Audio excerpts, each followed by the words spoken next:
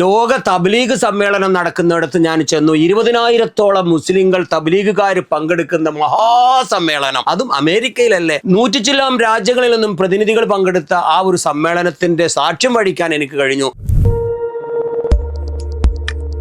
അപ്പൊ അമേരിക്കയിൽ എന്റെ യാത്രാ അനുഭവങ്ങൾ പങ്കുവെക്കുന്ന ഈ വീഡിയോയിലേക്ക് ഏവർക്കും സ്വാഗതം. വളരെ രസകരമായ ഒരുപാട് അനുഭവങ്ങൾ എനിക്ക് ആ അമേരിക്കയിൽ നിന്ന് കിട്ടിയിട്ടുണ്ട്. അതിൽ ഏതാനും ടിപ്സുകൾ ഞാൻ നിങ്ങളുമായി പങ്കുവെക്കുകയാണ്. പല ആൾക്കാരും ചോദിച്ചിരുന്നു, അവിടെ പള്ളിയുണ്ടോ, അമ്പലമുണ്ടോ, അവിടെ ദുഷ്മനല്ലേ, അവിടെ ജഗടല്ലേ, അവിടെ മുസ്ലിങ്ങൾക്ക് പ്രവേശനം ഉണ്ടോ, അവിടെ നിസ്കരിക്കാൻ പറ്റുമോ, അവിടെ പ്രാർത്ഥന നിർവഹിച്ചാൽ പോലീസ് പിടിക്കില്ലേ, എന്തെല്ലാം ഡയലോഗായിരുന്നു ഇവിടുന്ന് കേട്ടത്. അവിടെ എത്തിയപ്പോഴല്ല പ്രിയപ്പെട്ടവരെ അറിയുന്നത്, ഇത്ര സ്വാതന്ത്ര്യമുള്ള ഒരു രാജ്യം വേറെ ഇല്ല എന്ന് തോന്നുന്നു. എവിടെയും മുണ്ട് വിരിച്ച് നമുക്ക് നിസ്കരിക്കാൻ ആരും തടയില്ല. എയർപോർട്ടിൽ പള്ളിയൊന്നുമില്ല, പക്ഷെ നിസ്കരിക്കാൻ ഒരു മുണ്ട് വിരിച്ച് മുസല്ല വിരിച്ച് പലയിടത്തും നിസ്കരിക്കുന്നു ആൾക്കാര്. എന്തിന്, റോഡിന്റെ സൈഡിൽ പോലും ഒതു എടുത്തുകൊണ്ട് വിശ്രമിച്ചു നിസ്കരിക്കുന്ന താടിയും തലപ്പാവും തൊപ്പിയുള്ള ഒരുപാട് യാത്രക്കാരെ ഞാൻ കണ്ടു. ചിക്കാഗോയിലേക്ക് ചെന്നപ്പോൾ ഞെട്ടിപ്പോയി. ഞാൻ വീഡിയോ വേറെ തന്നെ ഇട്ടിട്ടുണ്ട്. ലോക തബ്ലീഗ് സമ്മേളനം നടക്കുന്നിടത്ത് ഞാൻ ചെന്നു. 20,000-ഓളം മുസ്ലിങ്ങൾ തബ്ലീഗുകാർ പങ്കെടുക്കുന്ന മഹാസമ്മേളനം, അതും അമേരിക്കയിലല്ലേ. 100 ചില്ലും രാജ്യങ്ങളിൽ നിന്നും പ്രതിനിധികൾ പങ്കെടുത്ത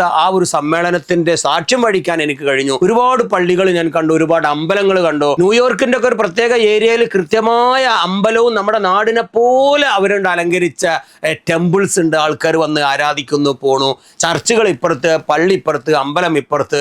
സ്വതന്ത്രമായ ഒരു രാജ്യമാണ്. അവിടെ ഒരു പ്രോബ്ലവും ഇല്ല. നമ്മൾ ഈ കേൾക്കുന്നതൊന്നുമല്ല യാഥാർത്ഥ്യം. മനുഷ്യർ സ്വതന്ത്രമായി നടക്കാനും ഇരിക്കാനും പറ്റുന്ന, സ്വതന്ത്രമായി സംസാരിക്കാനൊക്കെ പറ്റുന്ന ഒരു രാജ്യം തന്നെയാണ് അമേരിക്ക. എന്തിനും ഏതിനും അവർ പറയുന്നത് മാത്രം കേൾക്കണം, നമ്മളുടെ യാതൊന്നും കേൾക്കാൻ പാടില്ല. അവർ അങ്ങനെയൊന്നുമില്ല. എത്ര ഫ്രീഡം ഉണ്ട് അവിടെ എന്ന് അവിടെ പോയാലാണ് അറിയാം. അപ്പൊ പള്ളിയുണ്ട്, അമ്പലമുണ്ട്, മദ്രസകളുണ്ട്. അതേപോലെ പള്ളി ഉണ്ടാക്കാൻ പിരിവ് നടക്കുന്നുണ്ട്. ഒരു പള്ളിയിൽ ജുമാക്ക് കൂടിയപ്പോ ജുമാ കഴിഞ്ഞ ശേഷം പറഞ്ഞത്, ദാ ഈ പള്ളി നിറഞ്ഞു കവിഞ്ഞിരിക്കുകയാണ് കേട്ടോ, തൊട്ടപ്പുറത്ത് നമുക്ക് വേറൊരു പള്ളിയും കൂടി ഉണ്ടാക്കണം, അവിടെ ഒരു ചർച്ച് വിൽക്കാൻ വെച്ചിട്ടുണ്ട്, അത് വില പറഞ്ഞിട്ടുണ്ട്, തെറ്റിദ്ധരിക്കണ്ട. എത്രയോ ചർച്ചുകൾ അവിടെ മുസ്ലിം പള്ളി ആയിട്ടുണ്ട്, വില കൊടുത്ത് മേടിക്കുന്നുണ്ട്. കാരണം എന്താ, അതിൽ ആരാധിക്കാൻ പ്രാർത്ഥിക്കാൻ ആള് വരുന്നില്ല. വെറുതെ കിടക്കുന്ന നല്ല കെട്ടിടങ്ങൾ, ഈ കെട്ടിടം നേരെ ഒരു മസ്ജിദായി, ഒരു പ്രാർത്ഥനാ കേന്ദ്രമായി മാറ്റാൻ ഗവൺമെന്റ് അനുവദിക്കുന്നുണ്ട്. അതിന്റെ രൂപ കൊടുക്കണം, അതിന്റെ റിയൽ പൈസ കൊടുക്കണം. അത് ഉപയോഗിക്കാതെ കിടന്നാൽ സർക്കാർ ഓവർ ടാക്സ് ഈടാക്കും എന്നൊക്കെ കേട്ടത്. യഥാർത്ഥം എനിക്ക് അറിയില്ല. എന്റെ പ്രേക്ഷകർക്ക് അറിയാവുന്നവർ താഴെ കമന്റ് ബോക്സിൽ ഇടാം. ഒരു പ്രാർത്ഥന ആരാധനാ കേന്ദ്രം വെറുതെ ആരാധിക്കാതെ കിടന്നാൽ സർക്കാർ പറയുന്നു, സോറി, അങ്ങനെ ഇടരുത്, ഒരു കെട്ടിടം പോലും വേസ്റ്റായി കിടക്കരുത്, അവിടെ പ്രാർത്ഥന നടക്കണമെന്ന്. അപ്പൊ മുസ്ലിങ്ങളോട് ഒന്ന് പ്രാർത്ഥിക്കുന്നു.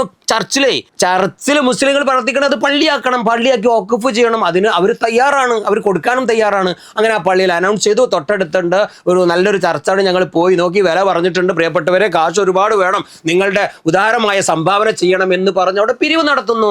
അപ്പൊ അതിനൊക്കെ പറ്റിയ സ്വതന്ത്ര രാജ്യമാണ് അമേരിക്ക എന്നും മതസൗഹാർദ്ദത്തിന് കേളികേട്ട നാടാണ് എന്നൊക്കെയാണ് എനിക്ക് മനസ്സിലായത്. അവന്റെ ഉള്ളിന്റെ അജണ്ട, സീക്രട്ട് അജണ്ടയിലേക്കൊന്നും ഞാൻ പോയിട്ടില്ല. ഒരു യാത്രക്കാരൻ എന്ന നിലയ്ക്ക് എനിക്ക് ഫീൽ ചെയ്ത് ഞാൻ ഷെയർ ചെയ്യുന്നു മാത്രം. എന്നെ ഈ വാക്ക് അനുകൂലിക്കുന്നുണ്ടെങ്കിൽ താഴെ കമന്റ് ബോക്സിൽ ഇടാം. അതല്ല, നിങ്ങളിത് പ്രതികൂലമാണെങ്കിൽ പ്ലീസ് ആ കമന്റുകളും രേഖപ്പെടുത്താം.